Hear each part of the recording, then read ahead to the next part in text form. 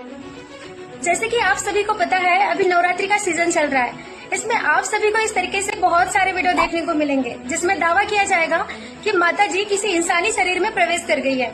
यहाँ पर ये सोचने वाली बात है कि जो त्रिदेवों की भी जननी है, उनको उत्पन्न करने वाली है, क्या वो माता जी कभी किसी इंसानी शरीर में प्रवेश भी कर सकती है?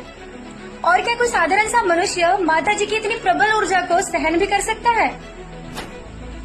ये सरासर पाखंड है। भोली भाली जनता को मूर्ख बनाया जा रहा है। मैं ऐसा क्यों कह रही हूँ? क्योंकि हम इतने एजुकेटेड होने के बाद में भी कभी अपने सदग्रंथों को खोल कर नहीं देखते। हम देखते नहीं है कि उसमें सच्चाई क्या है, किस तरीके से हमको भक्ति करनी चाहिए। जिसने जैसा बताया हम वैसे करने लग जाते हैं। और इस वीडियो के अंदर में जो दिखाया जा रहा है, इनके अंदर में भूत प्रवेश कर गया है। और ये इसलिए किया जा रहा है क्योंकि उन भूतों को इंसानी शरीर के माध्यम से अच्छा खाने को मिले, इसलिए सारे ड्रामेबाजी किया जा रहा है।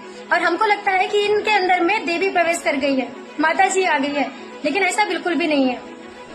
इसलिए आप सभी से निवेदन है कि संत रामपाल जी महाराज जी के द्वारा बताए गए तत्व ज्ञान को समझिए, उनके सत्संगों को सुनिए और उनके द्वारा लिखित पवित्र ज्ञान गंगा पुस्तक को निःशुल्क घर बैठे ऑर्डर करके प्राप्त कीजिए और उसको पढ़िए और अपने सदग्रंथों को मिलान करके देखिए और जानिए कि शास्त्र अनुसार भक्ति क्या होती है। क्योंकि जब तक आप शास्त्र अनुसार भक्ति नहीं करेंगे और इस तरीके से पाखंड, आडंबर और लोक दिखावे पर ही विश्वास करते रहेंगे तो माता जी कभी भी प्रसन्न नहीं होंगी। माता जी को प्रसन्न करने के लिए आपको शास्त्र अनुसार भक्ति करनी पड़ेगी, जो आज संत रामपाल जी महाराज जी सभी अपने अनुयायियों को प्रदान कर रहे हैं। और श्रीमद् भगवद गीता के अध्याय नंबर 16 के श्लोक नंबर 23 और 24 के अकॉर्डिंग आप जिस तरीके से शास्त्र विरुद्ध भक्ति कर रहे हैं और जो मनमाना आचरण कर रहे हैं, तो उसमें लिखा है कि अगर कोई ऐसा मनमाना आचरण करता है तो न तो उसको कोई सुख प्राप्त हो सकता है, न ही कोई सिद्धि प्राप्त हो सकती है, न ही उसका मोक्ष हो सकता है। इसलिए आप सभी से निवेदन है कि आप सभी संत रामपाल जी महाराज जी के द्वारा बताए गए तत्व ज्ञान को समझिए और माता जी को शास्त्र अनुसार भक्ति करके प्रसन्न कीजिए।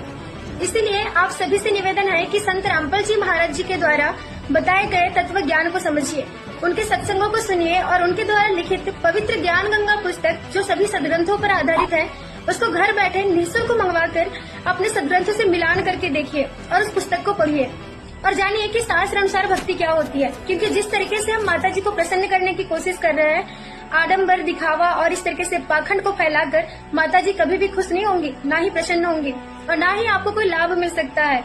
क्योंकि ये सारे जो कुछ भी क्रियाक्रम आप कर रहे हैं, ये सब कुछ जो है ना शास्त्र के विरुद्ध है।